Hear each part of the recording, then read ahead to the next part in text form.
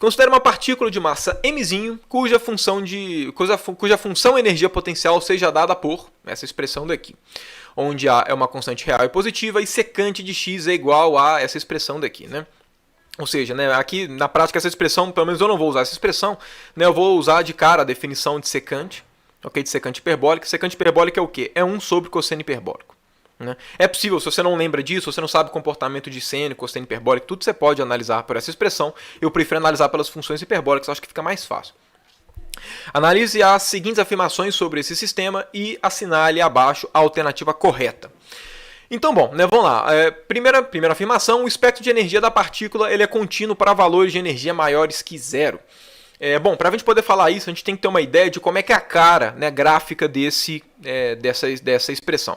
Né? Porque dado a forma do potencial, né, se for um estado ligado, né, se for um estado em que você tem um poço, né, de potencial, a gente sabe que as energias elas são discretas, se você está fora do poço, significa que você tem um espectro contínuo.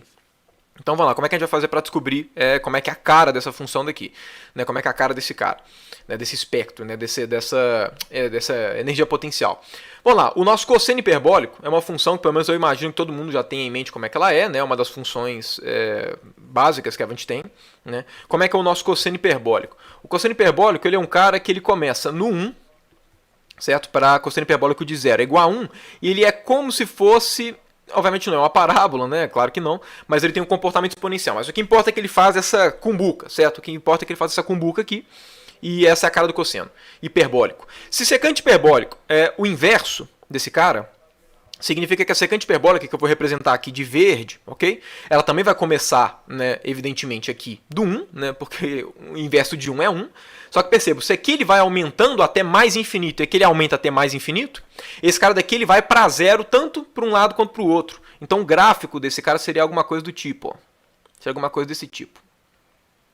Certo? Da secante hiperbólica. Seria algo desse tipo. Né? Indo para zero assintoticamente. Né?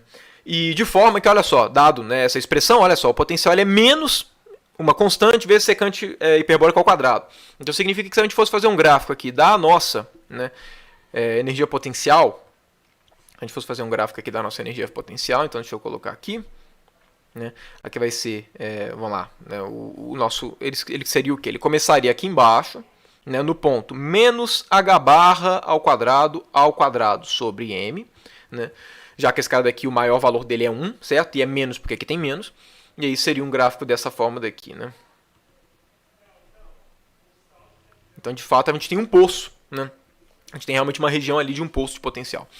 Então, olha só, primeiro, e aqui, né, vai até o zero, porque lembrando, enfim, aqui é só colocar ele negativo, você espelha no eixo, você espelha em relação ao eixo horizontal. Então, o espectro de energia da partícula é contínuo para valores de energia maior que zero. Aqui está correto. Para valores de energia maior do que zero, né, que é essa parte daqui de cima do gráfico, a partícula não está presa no potencial, certo? Ela não fica restrita ali a uma parte do potencial. Então, aqui realmente você tem um espectro contínuo, porque ela está fora do poço. Então, essa primeira afirmação está correta. Segunda afirmação, o espectro de energia da partícula é discreto para valores de energia no intervalo menos h barra ao quadrado sobre m e zero, né, que seria essa região daqui. E aqui também está correto. Nessa região, a partícula, se essa partícula tem uma energia que está contida nesse intervalo, significa que ela está realmente no poço de potencial, significa que ela está ali na região onde você tem um estado ligado. Sempre que a gente tem esse tipo de região, né, um poço aqui, a gente necessariamente tem espectros discretos de energia. Então, nossa segunda afirmação também está correta.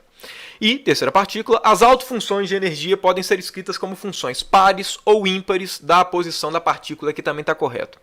Aqui na prática a gente tem que apelar, eu não vou demonstrar isso aqui, né? Eu vou apelar para um conhecimento prévio, mas existe uma propriedade, né, bem conhecida na mecânica quântica que te fala, sempre que o potencial for um potencial par, certo? Sempre que isso acontecer, né, for uma função par, necessariamente a paridade das autofunções são bem definidas.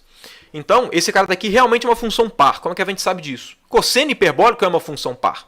Então, secante hiperbólica tem que ser uma função par, certo? O inverso de uma função par continua sendo uma função par, por obviedade. Então, esse cara daqui é uma função par. Se ele é uma função par, as paridades das autofunções têm que ser bem definidas. O que significa ter uma paridade bem definida? Significa que ou é uma função par ou é uma função ímpar. O que vai definir se a função é par ou ímpar é o número de nós, né? Então, por exemplo, o nosso estado fundamental provavelmente seria alguma coisa desse tipo daqui, né? Se a gente fosse desenhar a nossa função de onda, né? Qualitativamente seria alguma coisa desse tipo, né? Sem nenhum nó, ok? Seria algo desse tipo, chutando. O nosso primeiro estado excitado teria que ter um nó. Então, poderia ser alguma coisa do tipo assim, né? Ele tem que vir para zero no infinito, aí seria alguma coisa do tipo assim. Parecido com o oscilador harmônico, certo? Mais ou menos, né? Mas enfim, tem que ter um nó. E se a função tem um nó, né, e ela tem que ter paridade bem definida, necessariamente ela tem que ser uma função ímpar e por aí vai. Ok? Então aqui também está correto. Por conta disso, né, todas as afirmações estão corretas. A letra D é a nossa resposta e, portanto, mais uma questão de física resolvida.